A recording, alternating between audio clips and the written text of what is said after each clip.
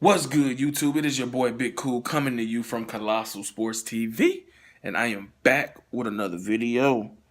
Daniel Jacobs says that if he would have fought Canelo Alvarez, he would have knocked him out. I don't know about that. Honestly, I don't. I would have favored Jacobs to win that fight, but to stop him, I'm not so sure. And the reason I say that is because he hasn't been able to stop nobody since he stopped, what's my guy name? Sergio Moore in their rematch. Um, but he didn't stop or hurt Gennady Golovkin. He didn't stop Luis Aries. He didn't stop Selecki, his last opponent. And other than early in his career, I've never seen Canelo get hurt other than when he fought Miguel Cotto's little brother. I forget who it was. That's when he was at welterweight. So I don't know if he would have been able to stop him. But he feels he would have, and he's entitled to that belief. But while I see Jacobs as a big puncher, who he did stop Peter Quillen, got to give him credit for that. I don't know if he would have been able to stop Canelo, or he will stop Canelo if they fight in the future.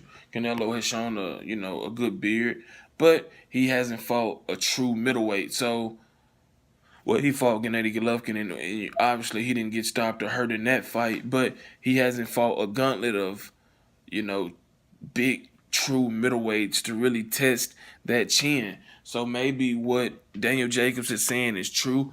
I would disagree with Daniel Jacobs. I would say Daniel Jacobs can outbox him and outfight him and win a hard, close decision or a wide decision. But I don't think he would stop Canelo Alvarez. Canelo Alvarez is very underrated when it comes to upper body movement. He has excellent upper body movement, bob and weave. He can slip shots. He counters well.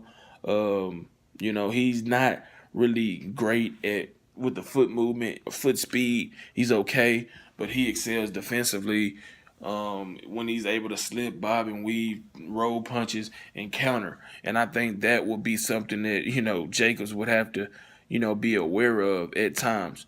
But Jacobs is definitely a versatile fighter as well.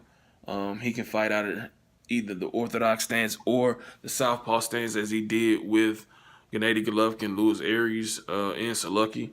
Uh, I don't know which hand is more powerful for him. I think he's a natural righty, so obviously you would think that would be his power hand. But if you look at Terrence Crawford, when he switches to southpaw, that is his best stance, and he gets a lot of people out of there in that stance. So it all depends, man. It's tricky, just because you do majority of the things in your life with one hand doesn't mean that one hand equates the power to stop guys, especially if you're a boxer.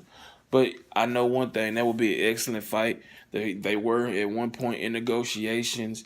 Canelo and Oscar De La Hoya offered him what Eddie Hearn and Daniel Jacobs felt was a bullshit offer. I think it was reported 70% to 30%. He felt he was worth more than that. But that was in the midst of the negotiations between him and Gennady Golovkin. They were trying hard as hell to get that fight done, which they ultimately did. But if Daniel Jacobs can defeat Sergey Derevchenko October 27th, win that vacant IBF middleweight title, I think that a fight down the line with Canelo Alvarez would be more than a possibility, especially if Canelo can defeat Gennady Golovkin September 15th. So I think that these fights are going to definitely happen.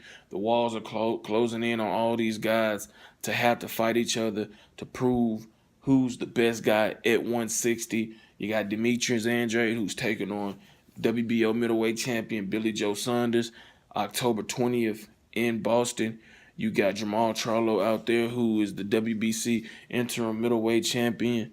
You got, like I said, Derevchenko, who's going to try to give Danny Jacobs his second or his third loss.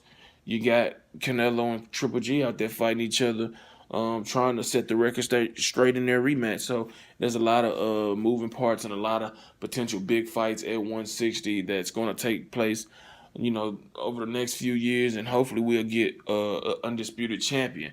Leave your comments in the comment section down below, telling me your thoughts. Do you agree with Daniel Jacobs when he says he would stop Canelo Alvarez, or would have stopped Canelo Alvarez if they fought? Or do you agree with me in thinking that that wouldn't be the case. If you like this video, hit that like button, and if you enjoy the content throughout the channel, hit that subscribe button and that notification bell button to be notified every time I upload content.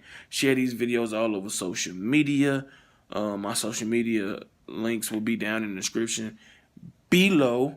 Shout out to everybody in the movement that is moving with us. Be sure to check out 3kingsboxing.com for your latest and greatest updated, unfiltered, and unbiased boxing news and information reported the way it should be. Shout out to the LDBC and everybody in between that's doing a thug dizzle. Until next time, I am out. Peace.